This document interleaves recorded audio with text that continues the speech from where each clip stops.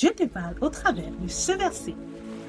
Mais je vous le dis, à vous qui m'écoutez, aimez vos ennemis, faites du bien à ceux qui vous détestent, bénissez ceux qui vous maudissent, priez pour ceux qui vous maltraitent.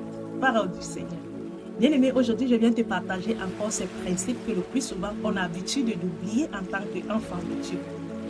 Dieu ne nous dit pas dans la parole de Dieu qu'on n'aurait pas d'ennemis, mais au contraire, il nous dit qu'on aurait beaucoup d'ennemis. Mais qu'est-ce qu'on doit faire? Plus de garder rancune à nos ennemis, plus de garder rancune à ces personnes. Loignons-nous d'eux, mais prions pour eux. Des personnes qui nous maltraitent, des personnes qui nous dénigrent, des personnes qui nous insultent, des personnes qui nous rabaissent, des personnes qui nous concurrencient. Ce sont des personnes qu'on ne doit pas les haïr.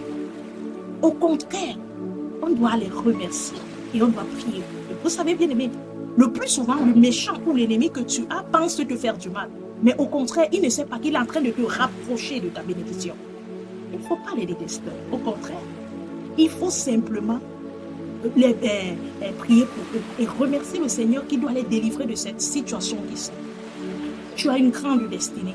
Il y a des gens qui entrent dans ta vie et Dieu, par moments, te permet qu'ils sortent comme ça. Alors, il ne commence pas à garder rancune, qu'il m'a blessé, il m'a offensé, il m'a fait ceci. Non, il fallait quelque chose qui le fasse sortir de ta vie. C'est parce que Dieu sait que tu ne dois pas arriver au grand lieu, à ta destinée avec ce genre de personnes. Il faut prier pour ton ennemi. Il faut aimer ton ennemi. Il faut beaucoup aimer vos ennemis, bien-aimés. Parce qu'ils pensent te détruire, mais au contraire, ils t'élèvent. Ils pensent te ridiculiser, alors qu'au contraire, ils s'élèvent. C'est vrai que les ennemis sont ceux-là qui veulent la gloire devant les hommes. Mais toi, la gloire que tu as, c'est devant Dieu. Alors pourquoi tu vas garder rancune à quelqu'un? Ne le garde pas rancune. Aime-le. Au contraire. Mais ne l'aime pas comme lui t'aime. Un amour hypocrite. Mais toi, aime-le spirituellement. Lui, il prétend dire qu'il t'aime physiquement. Mais toi, aime-le spirituellement. Prie pour lui. Et aide-lui à sortir de cet état d'ennemi qu'il est, de maltraitance. La Bible nous dit quoi? Priez pour ceux-là qui vous maudissent. Combien de personnes te maudissent? Combien de personnes te descendent? Combien de personnes te ridiculisent? Prie pour eux, ma soeur. Et aime-les.